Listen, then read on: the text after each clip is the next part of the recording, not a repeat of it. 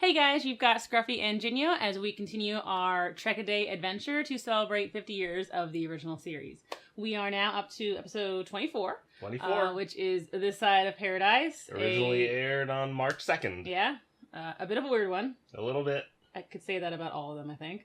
Ideally. But yeah, super weird if you like Spock the way he is and then you see him acting the complete opposite. Vulcans need love too, that's all I'm saying. Not this way. Not this way. Alright, so we're gonna jump right into the episodes, starting right now.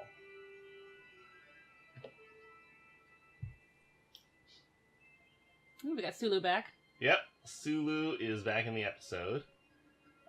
Scotty is not in this episode. That is a super green planet. Yeah, this Holy is crap. it's quite the verdant world. Yeah, originally this episode was written for Sulu. Really? Mm-hmm. And as a actor low on the totem pole, he got screwed, or what? Kind of, yes. Yeah. Yes. Like, who asked for it to be rewritten, or who rewrote it? Well, the episode was actually originally written by Jerry Soule, the guy who wrote Corbinite Maneuver, who was a fairly known science fiction writer at the time. Yeah. But after he turned in the episode, just Roddenberry didn't deem it quite Star Trek enough. So after a couple of rewrites, he decided to hand it over to Dorothy Fontana. Mm-hmm. Yeah, DC. And she made a number of changes to the episode, including switching it from Sulu to Spock. Mm-hmm.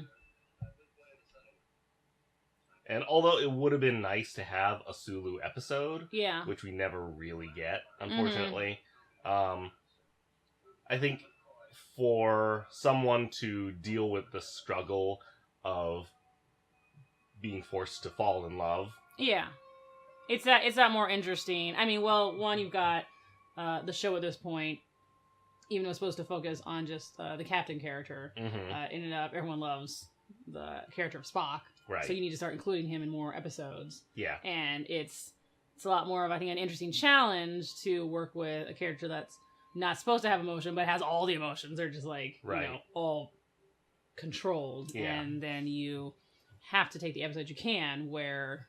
I mean, the only time we see Spock not be normal Spock is when he's affected by, like, a plant or some outside force. So Right.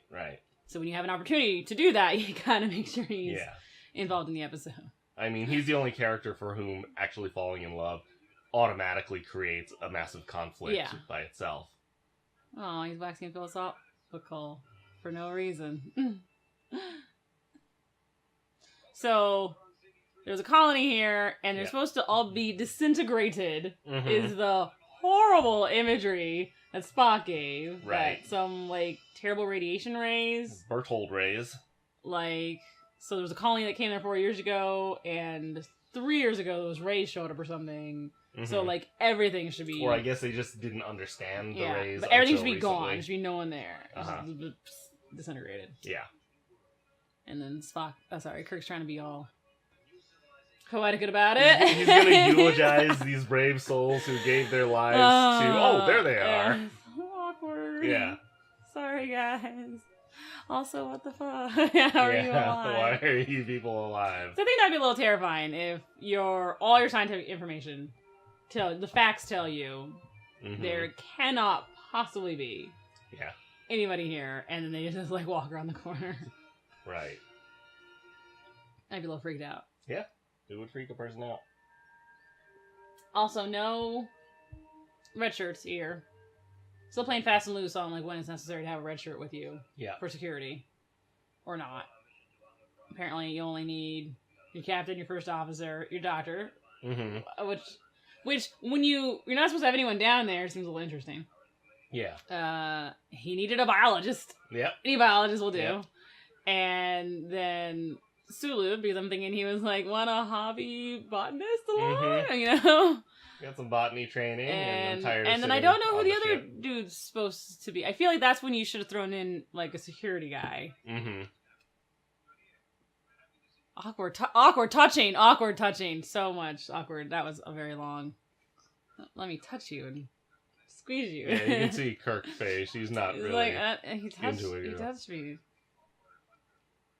I'm trying to figure out why you had that other guy and why he wouldn't have been security. I don't know. Just round things out.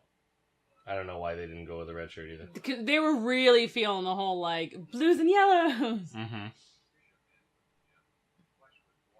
I like this, like, two sides of his conscience. Right. And the is balance. He alive? Oh, yeah. No.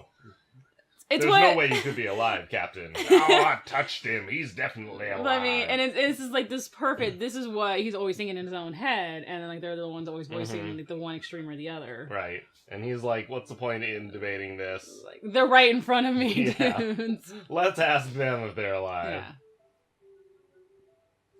Now I really love that. I mean, they make use of jumpsuits a lot, like a lot. And it makes sense, you know, it's utility clothing. And most of the places they're going to, if it's like human or Starfleet related, you know, it's space exploration or colonizing, or they're just workers, you know? And while we're going to see a lot of that, like, kind of basic Dickies coverall that's all in pastel colors, I really like this because just that nice little, like, split opening.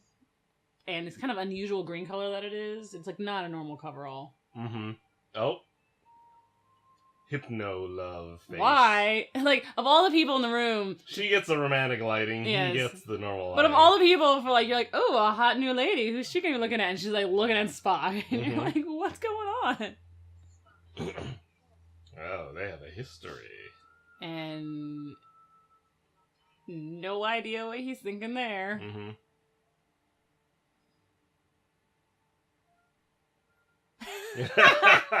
Kirk knows that look. You see that look. He knows what it means. I just think, like, there's no reason to pan to Kirk other than for, like, comedic effect or to imply that he's pissy about the situation. I'm like, why don't you tell me things? Like, this seems like a pretty big deal. Yeah. I like how they... he specifically says, you know, part of their philosophy is going back to a simpler time, no machines, trying to keep it simple, which they threw in there basically to cover for the fact that their shooting location was just like an ordinary-looking ranch, not like a future-looking ranch. That plant's amazing. Like, I want to know who in, like, kind of the set design department got to make that, because it's kind of freaking fabulous. Yeah, I'm assuming that it's... Matt Jeffries. And it doesn't look too weird, especially when you are having to work on a very basic, like, everyday existing ranch. And you have to kind of incorporate some fake flora and stuff and make it not look too weird. Like, that plant doesn't look that weird. Like, it's blended in very beautifully into the side of the building with just it's kind of weird colors to it. Right. That's it. Now, where were they shooting for this? Well, like the green farm buildings were shot at Disney Ranch. That's fun. Yeah. You know, because this is L.A., Hollywood. There's a lot of like movie ranches around. Yeah. And the one for Disney was a pretty big one. See, all that's creepy. I don't know what I'm supposed to feel with her, but, like, she's doing that kind of weird, like, her eyes are kind of low, but then looking, I don't know, she's got creepy eyes going on. She's got creepy eyes going on, and he's all like, do you want him to stay with us? And she's like, he's gonna. He's like, he will. He's like, there's no choice about it. I'm like, what does that mean, you creeper?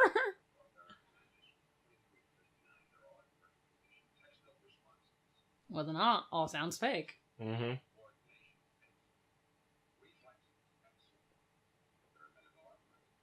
What does that even mean? I'm so confused. That means it's such an old saying. Yeah, it's just over the shingle my head. is like his sign that he hangs up when he's in business. Like doctors in. So he could basically go out of business. Yeah. Now this stuff was shot in Malibu State Park. Oh.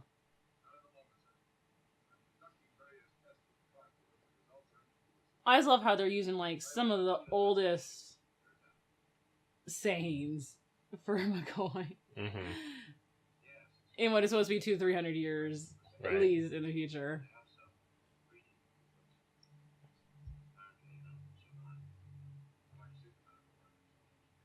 I want to know what they're eating. Mm-hmm. They're all vegetarians now? Yeah, they're all vegans. Because why did all the animals die, but humans, which are animals, are still alive? That's a good question.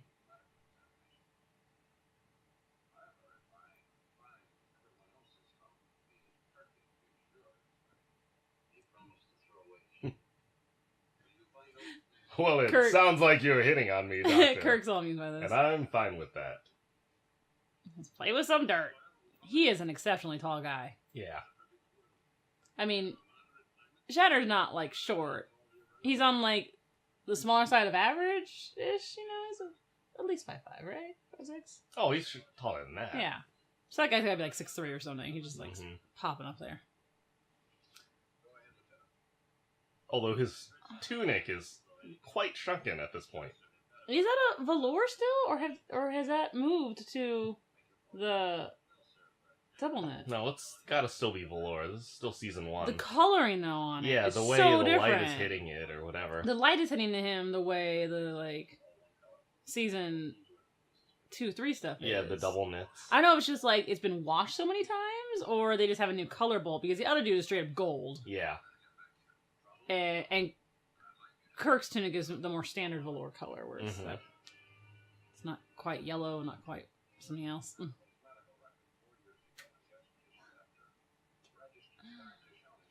I feel like DeForest Kelley and Shatner are masters of beautiful men sitting beautifully, because both of them at different times they don't sit kind of normally. It's always in these amazing poses, like model pose. You know, Kelly's always like sitting backwards or sideways on chairs and stuff. And, yeah, I could see that. I mean, you want to create like an interesting frame. So they're too perfect. Yes. They're too perfect. How could this be? Is he a clone? Yeah. They're too perfect. It's not just like they're in great, amazing health. I'm just gonna stand here and watch you. Like a creeper! Like a creeper. Like, we just left her with, like, the mood lighting, but the low eyes looking up high of, like, he's not leaving. And now he's like, I'm just gonna stare at you from the corn. You know? Like, what is that? Yeah. I'm not feeling any romance. The female capacity to avoid a direct answer. I'd be offended, but it's true. So. Don't touch. No touchy.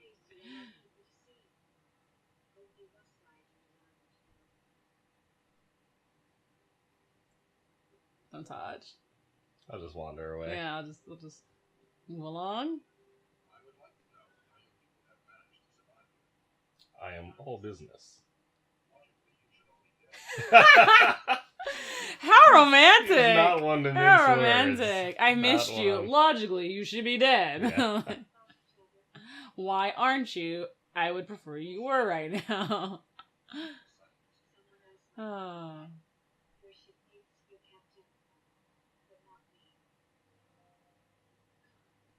Well, that's BS on the captain. He totally knows he got emotion. He's always trying to poke him out. Yeah. Now, she goes on to star in several Charles Bronson movies. That was amazing. Like, she wants to hold his hand. Like, come on, what do you expect? And he's like, nope. Don't do that. Is it Charles Bronson? Yeah. She goes on to star in several Charles Bronson movies because she marries him. Oh. You make it sound like it's not because of her acting ability. I'm sure that was part of it. It's just convenient. And he's like just a creeper looking outside. That's normal.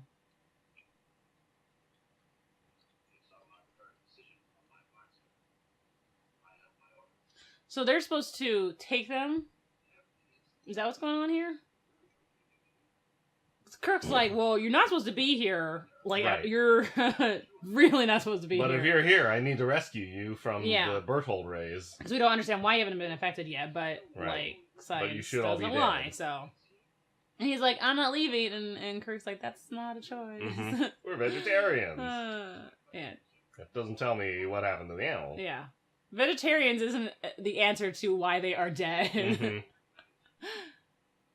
They should, in fact, then be very much alive, and even more of them if you're vegetarians. I'm gonna just go back to watching everybody. Yeah. I'm assuming Spock and... What was her name? Leilani? Laylee or something? Layla. Layla, yeah. He is eyeing that plan. That don't look right. Mm-hmm. That plan don't look right.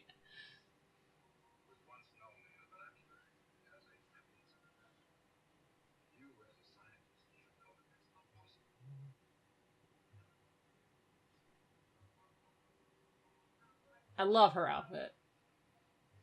Yeah, it's a cute variation on the coveralls. Mm-hmm.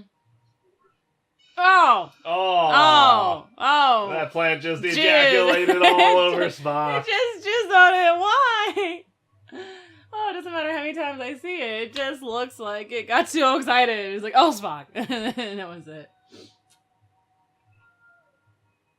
See, so I really don't like her because already she'd be in a huge creeper. Mm-hmm. And then she gets a plant to explode all over him. Yes. And that's not very nice.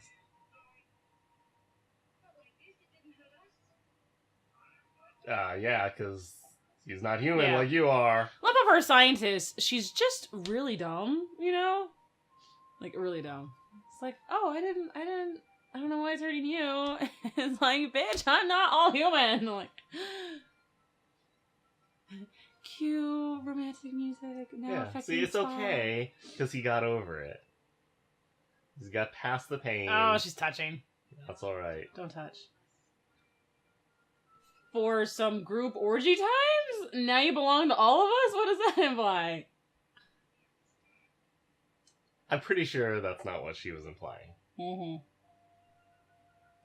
Now you belong to all of us. Basically, this whole episode just reads as like a giant fanfic. Aww, this just reads her. No, reads as like a giant fanfic for girls who already like 20-ish episodes in. Were obsessed with Spock and wanted an episode where like that's like Layla's just the Mary Sue for all girls at this point who like wanted a storyline where Spock could be like a normal character where he would show like emotion. Be like, oh look, it's possible he loves someone, or he can love someone if he's ejaculated on by a flower, and it forces him to feel feelings that may not be real. Yeah.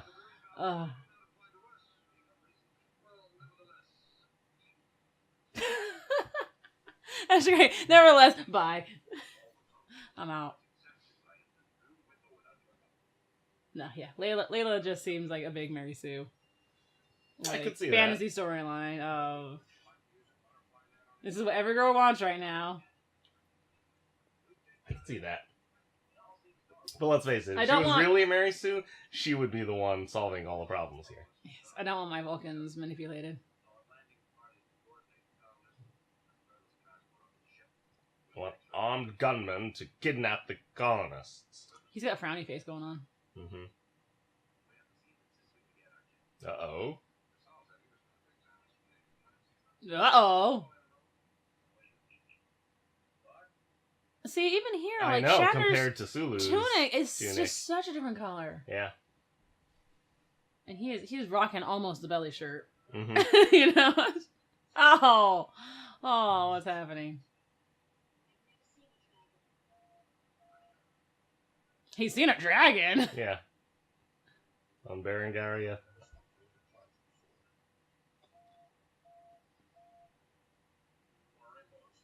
I just think it's funny that apparently the second that you've been spored on, it requires a change of clothes.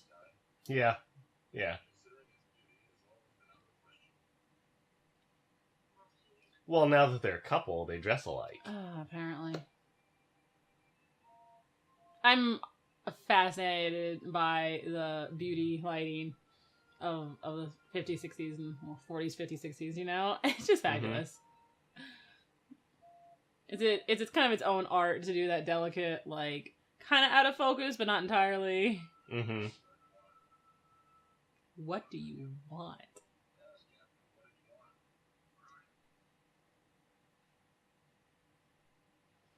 I mean, the only thing I like about this episode is that it's fun for Nimoy as an actor to get to play a different side of Spock. Yes.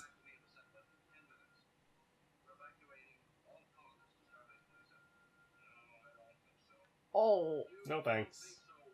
Oh.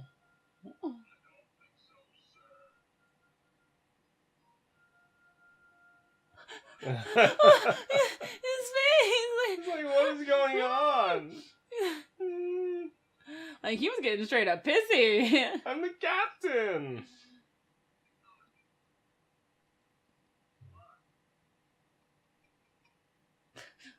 Yeah, it's gotta be the problem with the communicator.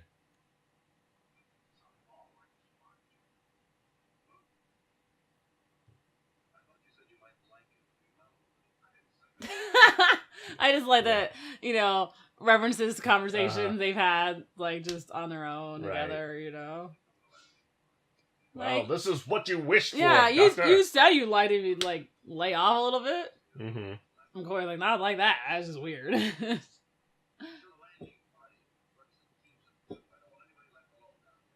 Yeah, he is upset. He is flustered and upset. Yeah, when his second in command just refuses to acknowledge his authority.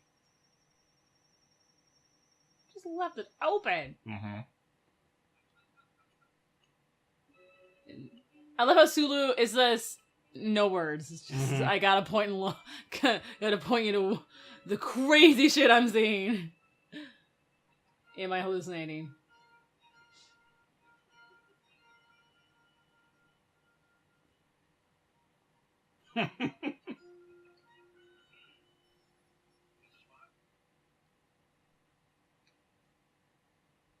Oh, how this. There's one height. I love how that is the craziest things that Kirk has seen. Hang on a tree. Mm-hmm. I want you to take a close look at these. So, I'm obsessed with these straight up spray painted foam flowers. They are like my favorite thing in the whole world. Yeah.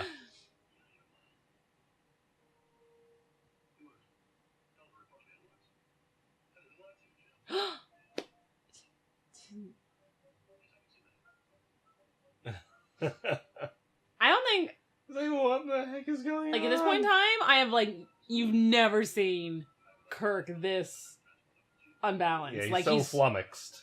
Just not in control of the situation, and he has never dealt with an experience like this, and he is just...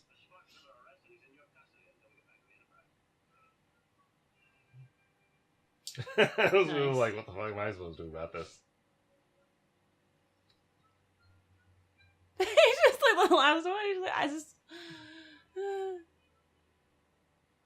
cannot handle it.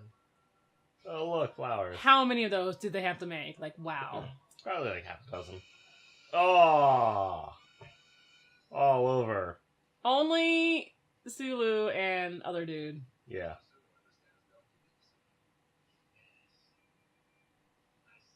It happens to them really fast. Well, like, Kirk, Spock had to, like, was fighting it or something. Right, because he's Vulcan. And then didn't really get Kirk at all. Right. Apparently the actual, like, spores have to get on you. Yeah. That's the key. Awkward. Like, one of the changes that Fontana made to the story was Sol originally had these plants in a cave or a well. Oh, okay. And Fontana was like... Oh, no! McCoy's either drunk or just too happy. I love how McCoy, under the influence, is just him, like, with an extra Georgia drawl going on. Yeah, it's not that different. He's a lot more relaxed. Mm-hmm. Like, a lot more. And they've already sent up 100 plants.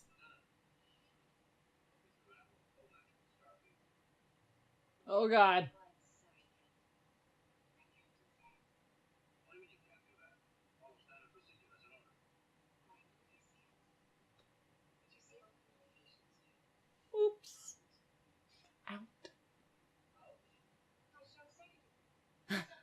Out because I broke them. I broke them. On purpose. Bye. I'm out. Yeah. See you. So creepy. Just hanging out on the bridge. Yeah. Dang it! You won't get the best of me, plant. And Kirk loves flowers too. He's always wasn't that much apparently. He's always taking a moment to like sniff them and stuff, but this one, no, he's mad at that one. Mm-hmm. I love how the foam flowers are straight up like they only spray paint on one side. It's like the normal foam color on the other side. Yeah. Nah. No thanks. Nah, I feel like we've seen that red shirt before. Yeah, yeah. Okay. He's been in like 57 episodes. Wow. You don't respect my authority? Yeah. Eddie Paskey, I believe is his name.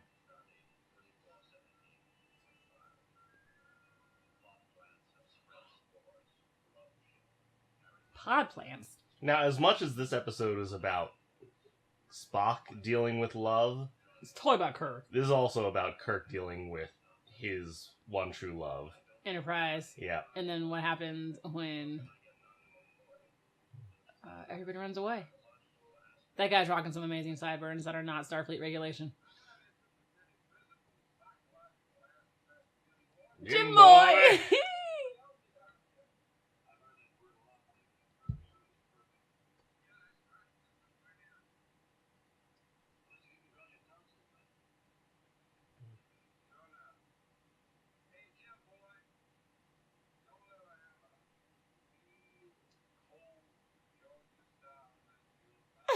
I just love the drawl. Yep, a real cold Georgia style mint julep.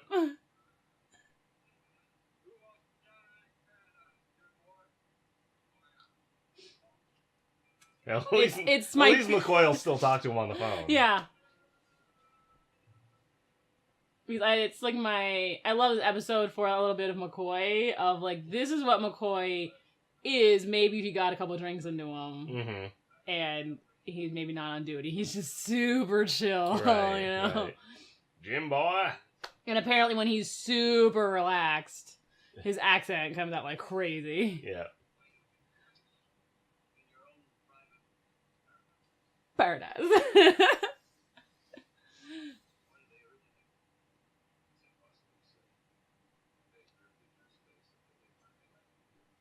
Because yeah, like you said, I mean, it's Spock centric in the sense that he's like the first one affected, and there's this whole like weird backstory love thing that's going on. Yeah.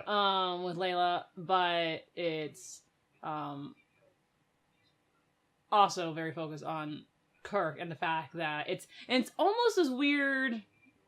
I don't want to say like it's like a horror story concept, but it is, because everyone around you is being taken. Yeah. Everyone around you is turning like into zombies or is being affected, infected, and you're the last one left standing. Right. And it is this kind of terrifying thing, because now you're all by yourself. You have no help. Everyone you could rely on is gone. Yeah. And how's one person going to fix the situation? Mm-hmm. And his stance is like more rigid than ever because he refuses to give in. Well, because he hasn't been affected by it yet. He's not going to be like, sure, let's just throw away everything. Right. And whatever, but it's the saddest thing I've ever seen. Yeah. Oh. Because it's him and his one true love, which is the ship, but he's coming to the realization that, like, the ship is not just the hardware, the ship is also the crew. Because unless you've got a crew running a ship with you, you know, you're just a man in a big metal thing. Oh.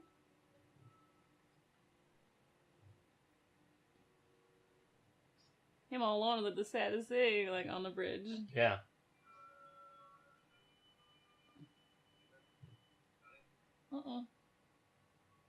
Not in this episode, sorry. At least he's referenced. Yeah. I'm gonna hit all the buttons.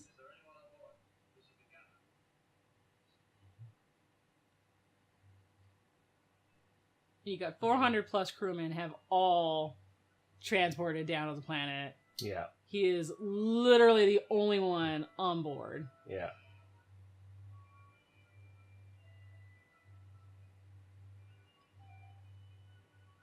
What's he gonna do? Except talk to himself. Yeah. There he goes, talking to himself.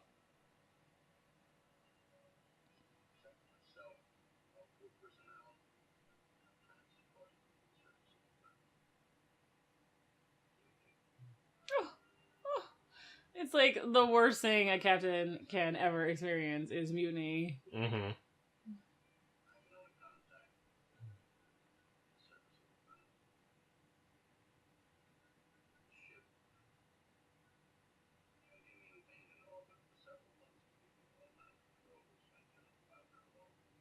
So he can't even, like, leave. Like, Right. one, he wouldn't, so because he's not going to abandon his crew. Mm-hmm. But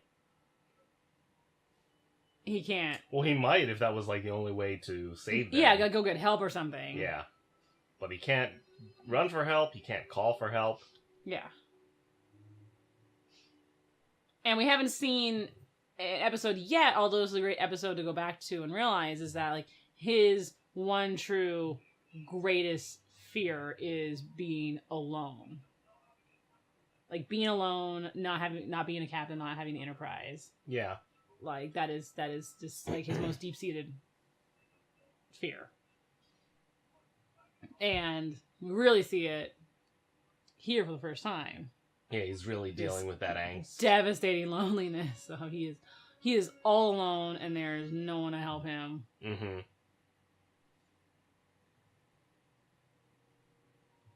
But unlike Spock... Oh, God! Who was forced Oh, to... God!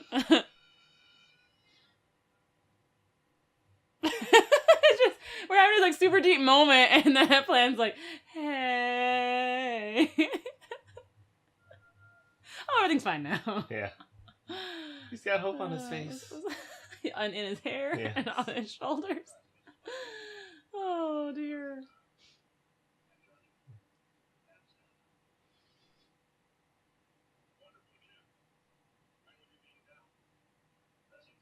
I love how, like, when they're on an influence, like, Captain goes out the window and it's Jim and Jim Boy. Mm-hmm. I love that in Can't his leave suitcase. behind that wrap.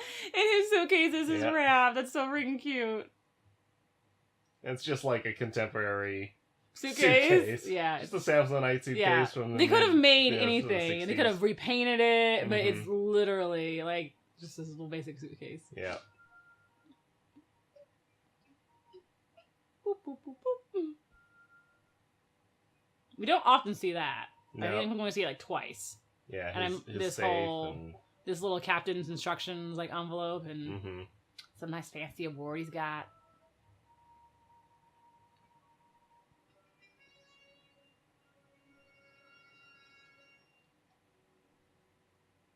Well, that happened fast. Yeah.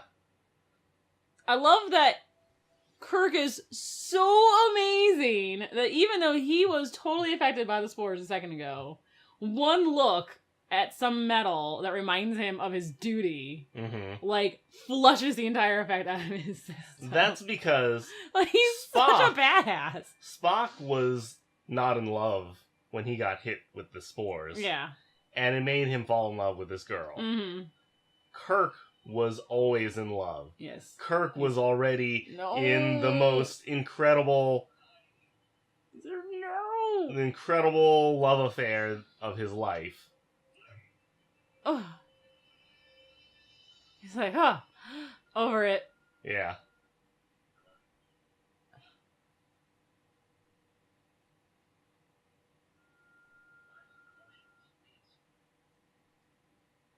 He's kind of amazing. He's so excited too. He's like, I gotta figure it out. And he has no greater needs in his life but Mm. his one true love, which is the Enterprise. But no one else fights it. It is immediately, like, affects him. And he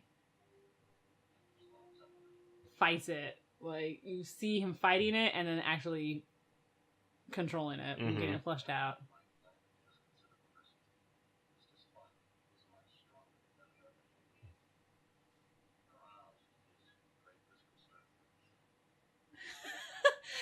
Not anger or incited or motivated. Yes, but aroused. Aroused. Uh-huh.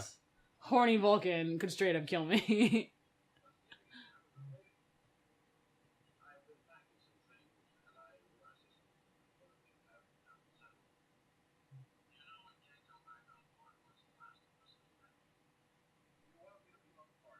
I want to know how Kirk got back up there.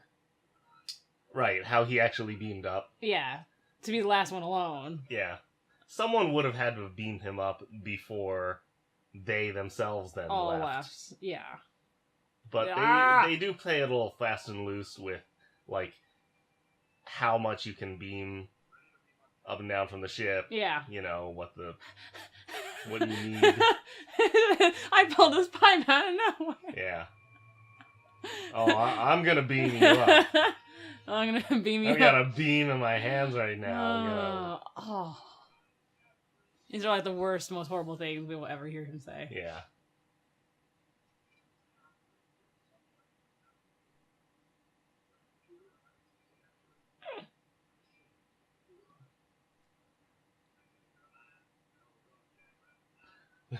An elf when a hyperactive pyro. And he I want to believe that Nimoy just couldn't contain how ridiculous that was.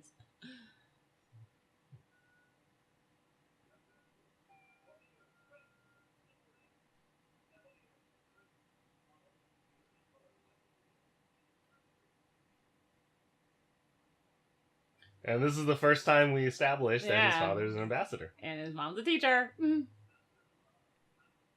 Ooh. Oh. And he's already switched to saying captain. Like, pretty much as soon as he beams on board and he's encountering this Kirk he's never had in front of him before.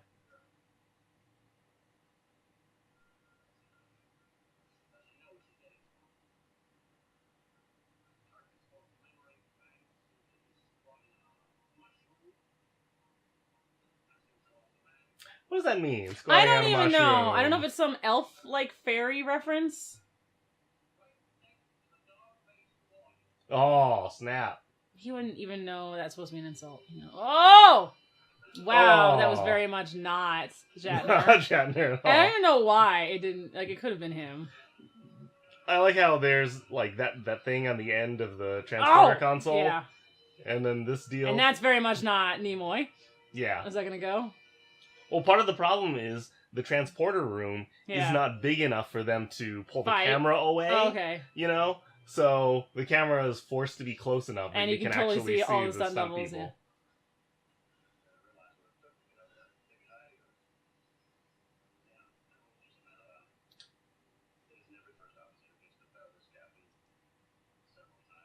Yeah.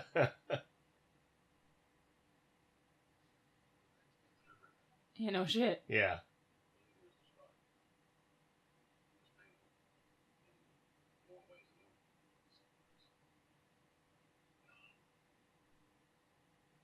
Oh, poor Spock.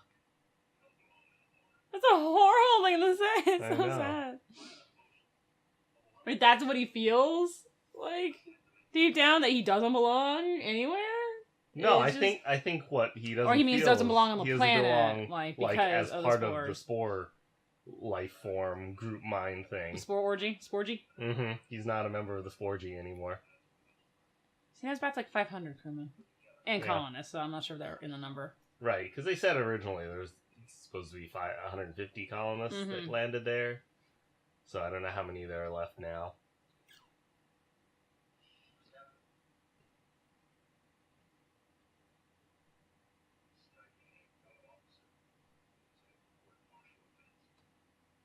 I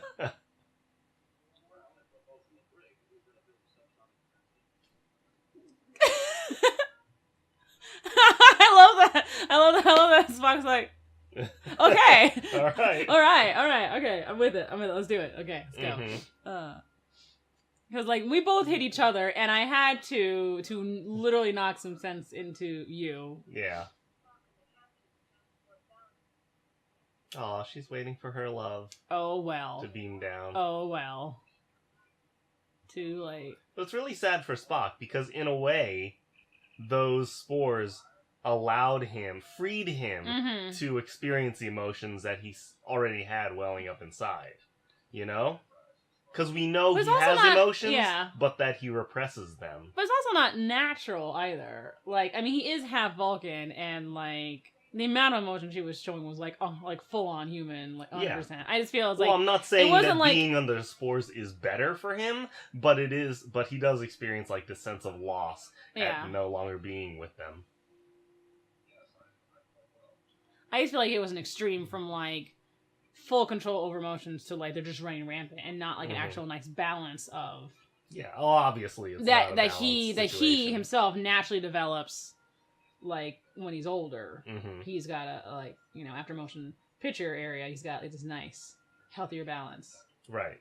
Of emotions. Like, Corey could just listen to the whole thing and just kind of awkwardly in the back. Like, sorry. Sorry, not sorry.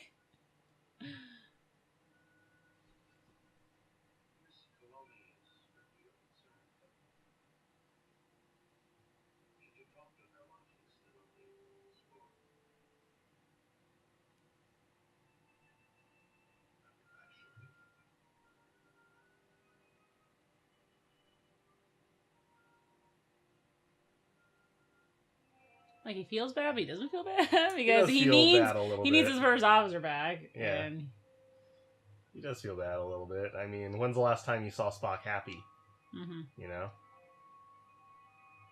And I think he's also a little concerned.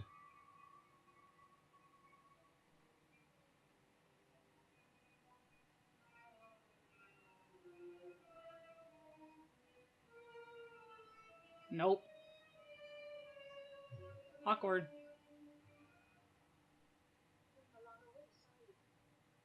No. That's just so creepy. You're not one of us. Now I will free you from the spores by fighting you. We'll respore you.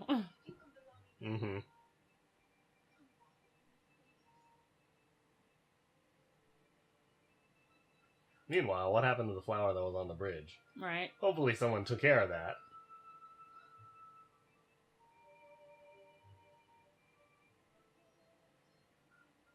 Oh, look how upset she is.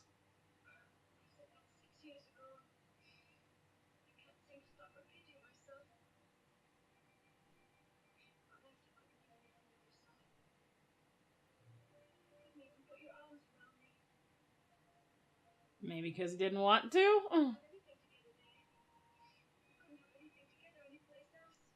not sure how that timeline fits, because I'm pretty sure they established that I mean, they're only on, like, the first year of their 5-year mission here, but he had been, like... he had been serving on ships. Pike's crew and everything. Yeah. But this is all, like, 6 years ago, we were on Earth. So I was like, were you still in school, or what was going on there? Yeah, maybe he was on shore leave at home.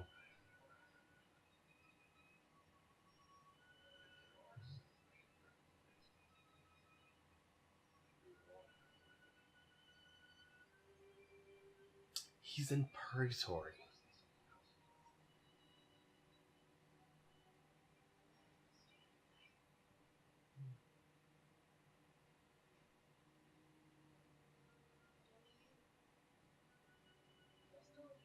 And her sorrow is that she was an obsessive fangirl of a Vulcan, and her sorrow shows that, you know, the spores aren't just imposing this zombie mind on people. Yeah. Yeah, it is, because otherwise I would have had to punch you. Because that at least wasn't from the spores.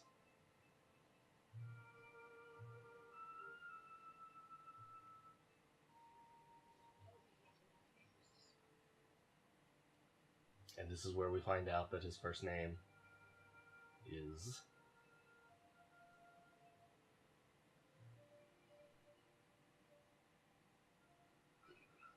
unpronounceable by humans.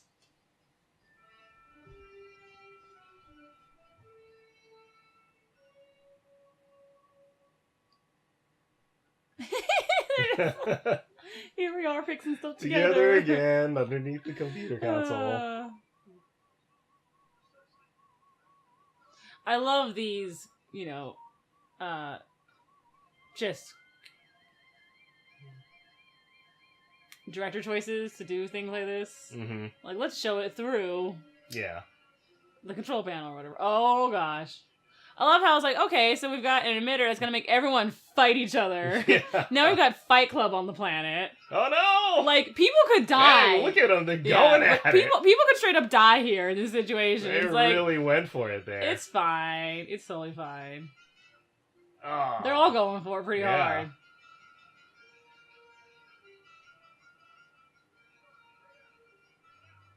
Has he not been affected by the spores yet? I'll break you up. Oh. Yeah. Their bright idea is, let's have everyone fight each other to death. Yeah.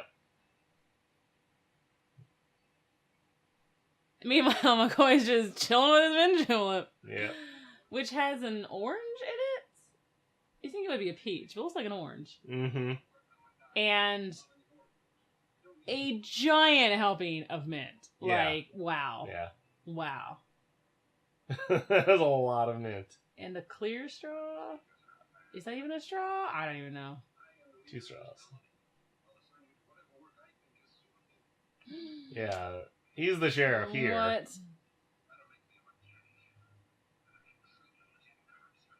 Oh, little tin gods. Although he's way out of practice in throwing a right cross. But I love how McCoy is like, one punch and you're out. And yeah, like... I didn't even spill my drink. Aww. It's time to give you a physical. Aw. Poor Sandoval. He's no longer the sheriff in this town. I love how his first thought, like, he's been under the spore influence. Yeah. We're assuming for years, and it's like... Right.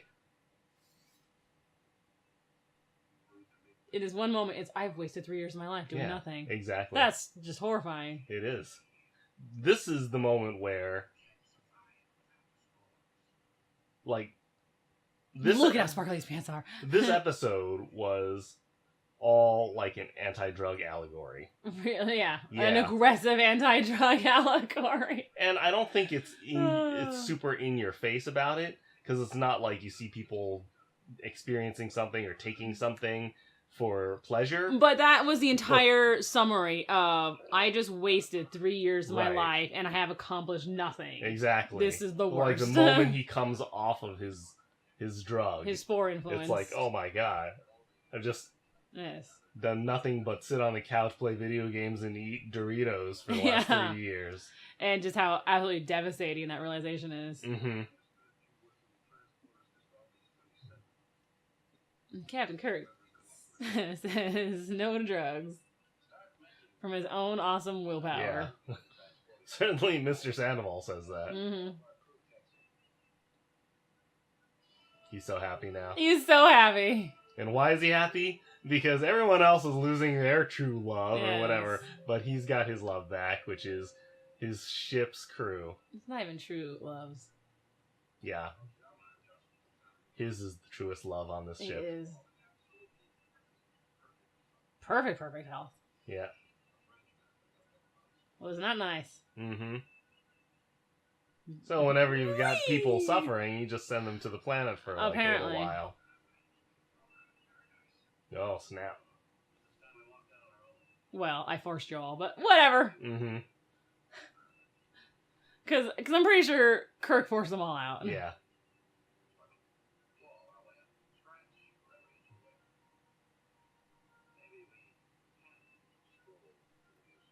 Who writes some of these lines sometimes?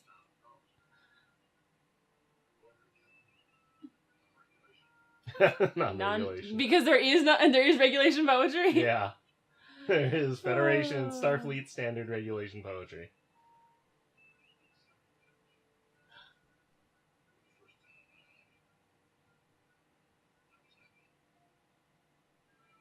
Well, that's I'm a little stuck on, they usually don't cut so fast at the end of the episode. Mm-hmm. And they cut fast. We're like, that's like a a thought bomb you just dropped on the situation for there not to be any cut to reaction on Kirk and or McCoy. It's just, for the first time in my life, I was happy. And like, what am I supposed to do with that information? That was really sad. It was really sad for Spock. Like, happy because you allowed yourself to be happy? Well, you didn't allow yourself, you were forced to be happy. Right. But it forced him to take down that barrier. That, that repression that he keeps from his emotions. Unnatural. Now, you might have noticed that at the end with the credits for the episode, it said Dorothy Fontana, and it said Nathan Butler. Nathan Butler was a pseudonym used by Jerry Soule because he was not happy with all the changes that were made to his story. So he was like, I don't even want people to associate me with this. Right, exactly. Because I think it's a great episode. I mean, I usually try to be like, oh, it's that episode where it was the freaking dumb plants and whatever, Spock fangirl. But, I mean, that's me just looking at it on the surface, and you hate Spock and love like I do, apparently. Because what I love about it is the fact that, you get to see, like, I love that little tidbit with McCoy on what McCoy is like if he's super relaxed. Yeah, it's fun to see McCoy like that. And it is just because I'm a massive Kirk girl. It's a huge Captain Kirk episode. Yeah. Like, even if it was supposed to have been a Spock episode, it only is if you're like, ooh, I want to see Spock with emotions. But other than that, he's not in it a whole lot. Like, he's not. And the backstory thing with Layla, it's not a huge focus at all. But it is really, it's watching Kirk lose everything and be the last man standing situation. Yeah. And then he's the one that figures out. I mean, he's the one that saves them all because he's the one that figures out what has to be done. Yeah. Through his own awesome willpower of being able to fight it. But he has to go on this emotional journey first. Yeah. And then having to do the interesting confrontation of like, okay, I got to get Spock angry, and how do I do that? And I have to do these things that like make me uncomfortable and I don't like, which is like, this is one of my best friends. Right. And I'm gonna have to be horrifically racist and dark with him. Yeah. To get him to that state. Yeah, to respond aggressively to it. And then go from there. So it's like really interesting from that aspect, like story-wise. I think it's a really good story. Yeah. I guess I'm interested in what it was originally, and how even like the story I'm seeing, which I like, how that guy would just be so dissatisfied with it that he'd want to take his name off of it. Yeah, because I feel like having seen Fontana's work before, I'm inclined to feel that a lot of the emotional, like a lot of the heart of the story would have come from her, and that's only natural because with at Spock this point, and Kirk? This is because this is season 1, and at the time that the stories are being written, you haven't seen a lot of episodes, if any. Yeah. So a lot of writers don't have the handle on the characters the way that someone like Fontana, who has been with the show since the beginning, she really has a grasp on it. So, I understand the impulse to be like, no, you changed my story, I'm pissed off about it, but I would be surprised if this wasn't a much stronger These aren't episodic. They're not happening in a vacuum. Like, there is carryover on one episode to the next, or there's character building. Yeah. And character development. So you just can't throw in a one-shot episode that basically isn't going to really make sense in the context of what they've already developed, and maybe are interested in continuing. Yeah, and Roddenberry has a very specific idea of how his character is going to act, and what shape stories will take. Yeah. So, I enjoyed that episode. It's good. Yeah. All right, well, next time, we're going to be watching what many consider the best. Yeah. One of the best, if not the best episodes, The Devil in the Dark. I feel like I might say that like every other episode, but this is definitely like, for me, probably one of my top 3 to 5, like hands down. Yeah, I think a lot of people consider this, like, this rivals City on the Edge of Forever. Yeah. So, yep. It's a good one. All right. So Devil in the Dark next time. Next time.